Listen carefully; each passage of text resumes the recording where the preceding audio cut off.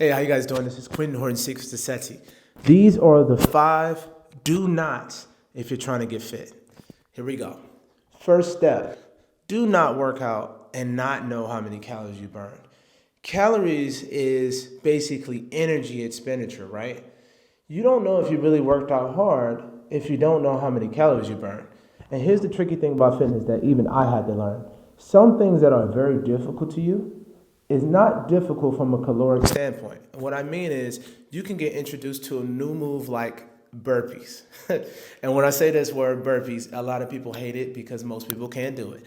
But I say all this to say you can do a few sets of burpees and you might look up at your watch if you have a fitness watch and find out that you really only burn, 20 calories, 30 calories.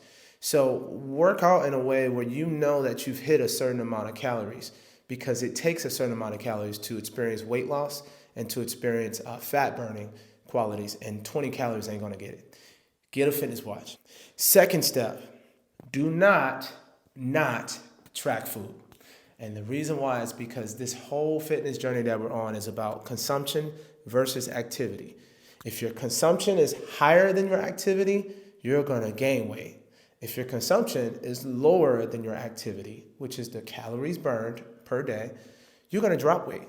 And if you don't know what you're consuming from a caloric standpoint, you don't know if you're gonna drop weight.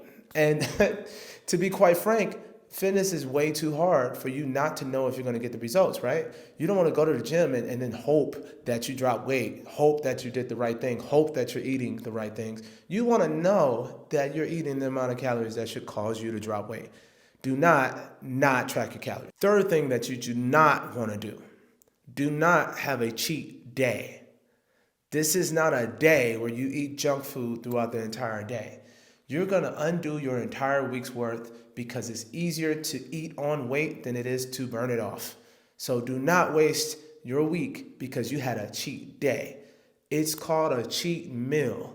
You get one meal where you get to eat that one thing that you haven't gotten to eat your entire week, and it's just to scratch the itch. It's not for you to go back to the beginning. A cheat meal, not a cheat day. Number 4, the number 4 thing that you don't want to do is experience FOMO. The truth is, when you're in your fitness journey and you decide that you want to drop weight because you've been abusing your diet and abusing your workouts for the past 2, 3, 4, 5, 6, 7 years, 10 years, right?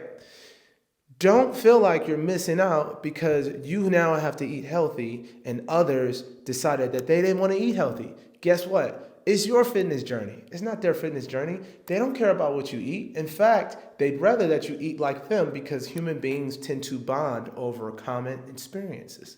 They want you to eat like them because it is a part of social bonding, right? But here's the problem. You've been eating like them for the past 10 years, which is why you're out of shape. So with that being said, you have to learn to set boundaries, and it starts off by realizing that you're not missing out. It's that you're getting more disciplined. So when they're eating the chocolate cake because it's Susie's birthday and you're eating a salad, don't feel like you're missing out. You're taking care of your health, and trust me, sexy is way more valuable than chocolate cake. Last but not least, do not hold yourself accountable. And what I mean by that is when you do make those mistakes, because we all make them, right? Don't just brush it off and say, oh, well, I'll just do better tomorrow, and then do the same thing again. If you mess up in your diet and it's worse than what was planned for, your workout should be harder the next day. What I would do and what I have done and what I still do is if I mess up on my diet, that's an extra mile or two.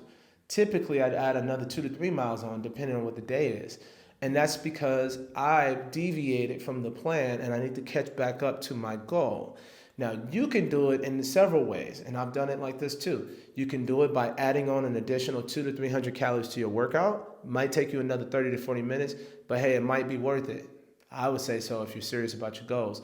Or you can cut calories from your diet, and instead of having that normal 2,000 calories that you would have per day, because you had 3,000 calories the day before, why don't you settle for 1,000 to 1,500 calories and do a little extra workout so that you can get it back? Remember, this whole game is numbers.